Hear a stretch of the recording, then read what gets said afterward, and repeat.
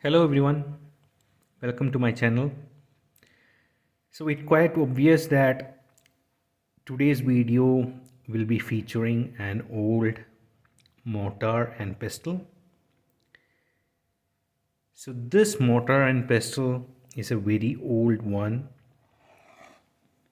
where you can see this is the pestle. So this pestle is made of brass while the mortar itself is made of bronze. Now this is a bit rare piece because it is very hard to find a mortar which is bronze made. Normally you get to see a brass made mortar and pestle, but this one is pure bronze. It is very evident from even the color. You see, if you see the color of the mortar and the pestle, so this one is brass and this one is bronze. So bronze will not shine like a golden yellow as the brass does. It will always have a brown tinge, and that is one of the identification you can make how to differentiate between a brass and bronze. So this one is completely bronze, and that's why there is a difference in color, distinct difference in color. And normally you get to see only the brass made mortar. So this mortar is pretty old, and this is 5 inch in height, and you can see it has got a platform base and a cup shape or an inverted bell structure.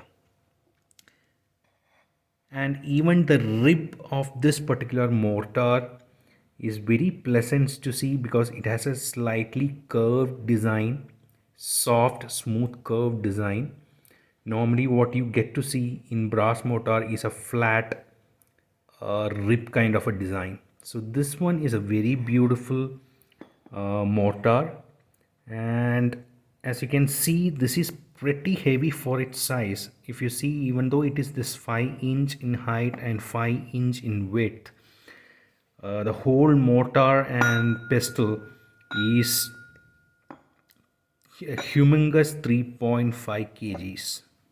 That's pretty heavy stuff, so you need to take care of it while handling.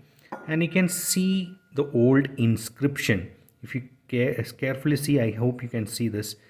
If you see this, there is an inscription that is written in a this is a Telugu language for sure. I can't read it.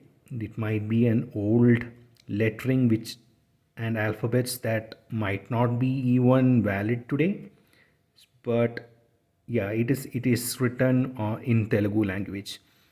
So this is a brass pestle, and if you can see the structure, so you will have a bulge or a ribbon stripe structure that is protruding in the pestle. So this is actually the grip of your hand. So you hold it on top and you pound it. So once you start pounding, your hand should not slip down. So this particular rib like structure that is protruding prevents that. It keeps a good firm hand for you while pounding.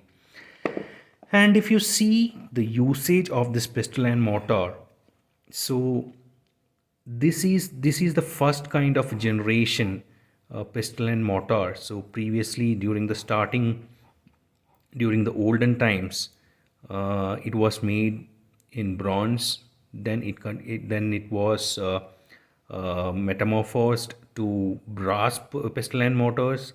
And then once the industrial revolution happened, they started to make in mass production. So this particular one is a bronze, and it is clearly an hand casted one, not machine made.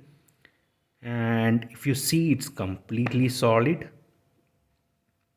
and you can see a lot of wear and tear due to a lot of pounding, and even inside you can see how it is.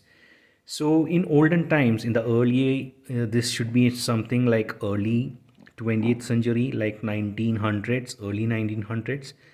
So mostly this large pestle and mortars will be used by doctors, pharmacists, and even Ayurveda doctors, or even any person that is medically related, because they use these to pound tablets, medicines, herbs. And this was also used by household people for grinding dry spices like peppers, cinnamon, etc. And even in those days, it was quite expensive to own such big pestle and mortars, and it was considered as a pride. So those people who were even having these kind of pestle and mortars used to proudly display them in their hall or sitting hall, uh, to show that they could afford such kind of vessels. So it was a pretty expensive utensil even in those times.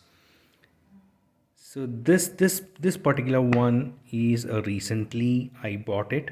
So this just caught my eye because it was very rare to find a bronze mortar. And if you see, if I ring this up, you can see the sound the sound of the ring lasts pretty long.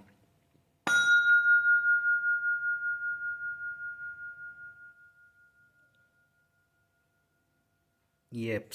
So this lasts pretty long, and it's just act like a tuning fork. So that is one identification that you can see. This bronze vessel is pretty original and genuine one. So that is that is one identification that you can do for bronze vessels. The longer the sound sustains, that much pure your vessel is, that much quality the vessel has. So this is this is the one I will show you a close-up one. So this is have a beautiful rib-like structure on the base, a beautiful patina that has been formed due of all this age,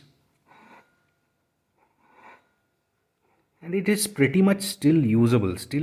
You can still use this and it will still last for another, I don't know, many generations ahead. So you just use it in your kitchen whenever you want to grind some spices, etc. You can still use it, and you can still pass on this vessel to your next generation. It will last. This should be at least some say 80 years old minimum. It should be more than that, because once the industrial revolution started, these kind of stuff started to make in, like, commercially started to make.